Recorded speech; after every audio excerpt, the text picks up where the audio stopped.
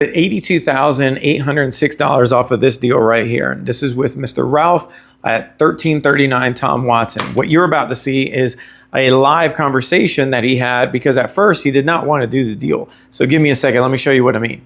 Now, this recording that you're about to see is because I was allowed to record it and got his permission. I could record the entire transaction. So watch this point right at minute 49. Here we go. Ready? Watch this. This is what he says after I go over all of the terms. Yeah. Then I'd rather go over this and everything. I agree. Yep. So let me go back. I go over the entire terms. When you're doing that, I'm going to start filling meaning a fast, slow, creative contract. He's saying that possibly he wants to do creative. But here's what you hear most of the time. I'm signing all this stuff today. Am I locked in? Yeah, you're locked in. It's a signed agreement. It's a signed agreement. Okay. Yeah. Then I'd rather go over this and everything while I'm at work today. Sure, that's not a problem at all. And then I can, This is all this is right here. What do you think actually happened? So after that conversation, there was about 30 more minutes. But what I'm going to tell you is this. When somebody actually tells you that, when a seller says, look, can I wait? Can I actually take my time? Now, a lot of times you don't even want to set up the appointment until they're 100% ready to actually sign the agreement.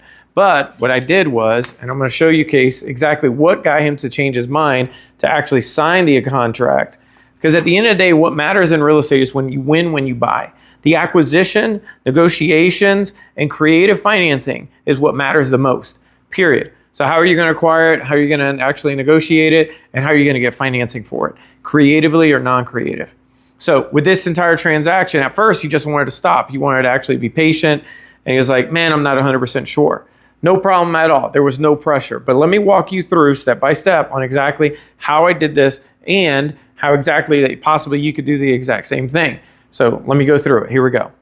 All right, so we're going to actually go through the actual agreement on what I actually signed with him. So remember, creative financing is definitely extremely important. And acquisition is an art form. You've got to get really good at it. So at the end of the day, writing the contract is extremely important too. So you have seller financing, right? So what happened was you got to always, what I always look at is the simple seller's framework whenever you're dealing with a seller, period. So he said at first, this is Ralph. Ralph said that he wanted to actually wait. Remember, he said, hey, I want to just wait. I want to gather the paperwork and review it.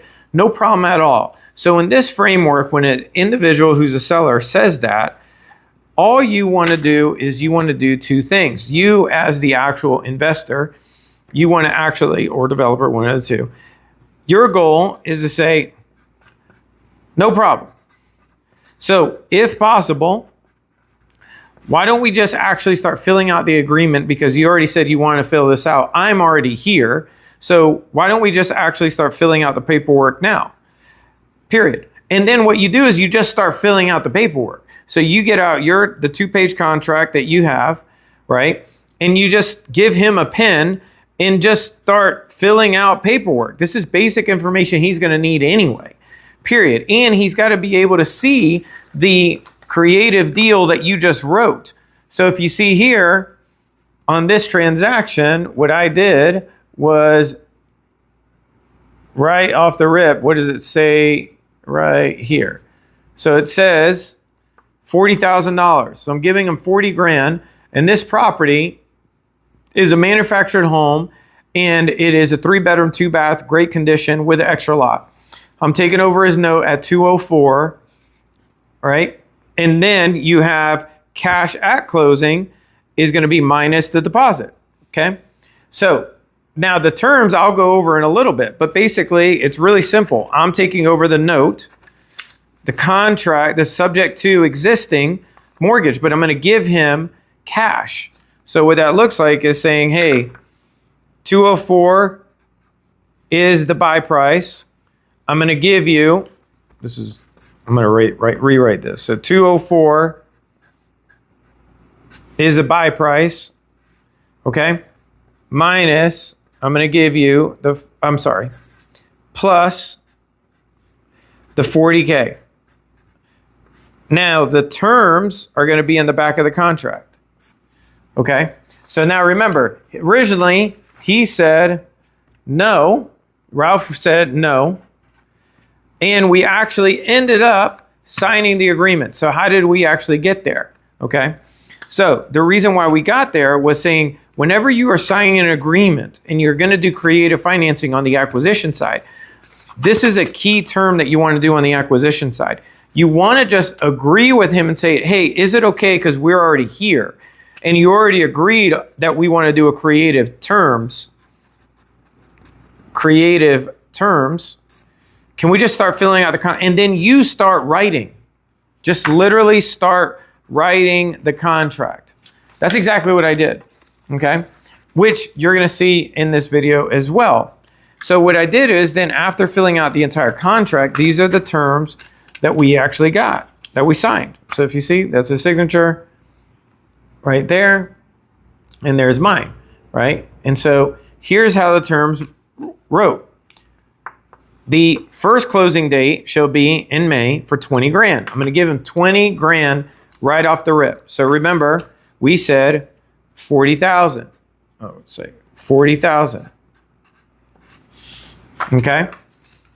Now, also, the seller will facilitate the property, okay, inclusive into a land trust.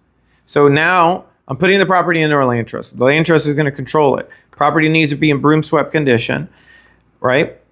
Taxes, liens, everything's going to be paid for. And then, so I'm going to pay him 2 payments, first closing 20, then I'm going to receive the second payment on this date. So it's going to be 2 payments, okay, for 40 grand, 20 grand to lock it in, 20 grand later. But now I've got an asset for 204. Now here's the kicker as well on this deal. This deal, originally he wanted to say no, remember? But this deal was very different. It had a house on it, and it had an extra piece of land. Okay? That's probably a horrible way of designing land. So. And it had an extra piece of land. So with this land, now you got a house. I knew, and he didn't do this, but I even brought up, is subdivide the land, right? Now you're just increasing the value. So what we did is we actually did subdivide the land, right? And then we have the house. We sold the house. And then we also sold the land. And remember, so now I've got an asset for 204 his mortgage for 40 grand. Period. So now you basically wrapped up an asset for 40,000. Now, if you don't have that, that's fine as well. There's different ways to get it. You can bring in partners, you could do, investors, all kinds of different things. But let me show you what we actually sold the property for. So it sold, actually, let's showcase that. And that's what the property looked like when we bought it. So it had a extended garage. It was across the street from a church, and it had the lot right next door. So this land, not that land, good Lord Jesus, that land. Okay. So that land right there was not detached from the house yet. So that land was already attached. We actually had to subdivide that property. So I had to get a survey done. So if you see here, here's the house, here's the land, and I actually had to create a new address to subdivide. All right, and then when we were subdividing, there's 2 ways to do it. Is that you can actually, when we subdivided this, we have the house here, and then we have the other lot. So option 1 is I could leave it straight, like a straight lot, or I could have it a little bit indention here. You have to explain this to your survey company because you're going to actually have to create this. You're creating the lot lines, period. As long as it meets the local municipality and it's buildable, it's good to go. But now you're creating a ton of value. Why is this important to have this type of knowledge? Is number 1, so now you can start looking at different asset classes, different houses, or even parts of land that you didn't even know that when you look at a house that you're like, oh, okay, I can actually subdivide that and actually create double the revenue or another source of revenue out of that property, because I didn't see that before, but now I do see that. Now there's a lot more to it, but at the end of the day, it was possible. So on this particular deal, so you'll see, This is not the agreement. Right. This is just the basic information. I go over with him, Okay. So that one you can at least fill out now. We'll get that. I'll get. at least get him to start filling out the paperwork. Now, okay, so if you see right here, we fill out the entire paperwork, and now we're at the end of filling out the paperwork. But the entire thing, what comes up is, remember, about 20 minutes ago, he did not want, he was like, hey, can I just hold? So that was at 49 minutes, and we're about 10 minutes in. So let's go a little bit quicker. Let's see what happens. So it's right. So now what I'm doing is I'm about to explain to him the terms of the deal. And again, remember, he has not agreed if he actually wants to sign this agreement. Actually, it's kind of a big deal because you don't know if he's gotten to sign or not. But what you want to do on the acquisition process is you want to be as clear as possible with the seller and exactly what your intentions are, period. And then you want to explain everything as simple as possible. So let me show you what I'm talking about here. Here we go. So now, Give me the mortgage slip. We're going to make those payments until the property sold. Okay. So talking about the creative financing terms. Payment is $20,000 minus anything that we find on the title. Remember this, And that'll be 20,000. on 30th or sooner of June. Okay. Any questions related to any of this? Okay. So would you feel comfortable in just signing it? And if you call me tomorrow, then we can cancel it? So that is one of the ways that you could actually have conversations with the seller. Say, look, why don't you just sign it? We already finished all the paperwork. And if you want to cancel it tomorrow, we can just cancel it tomorrow. But you authentically need to mean that. At the end of the day, you have to, I always look at it like you have to do the best thing possible for the seller.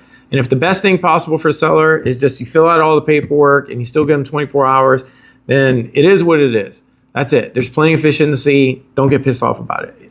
Let's see what he says.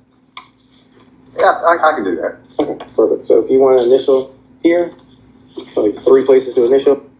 So he said yes. That's a big deal. So he said yes. And to me, I'm always into every conversation with a seller in negotiations. The most powerful thing that you could do is be okay with if it's a no.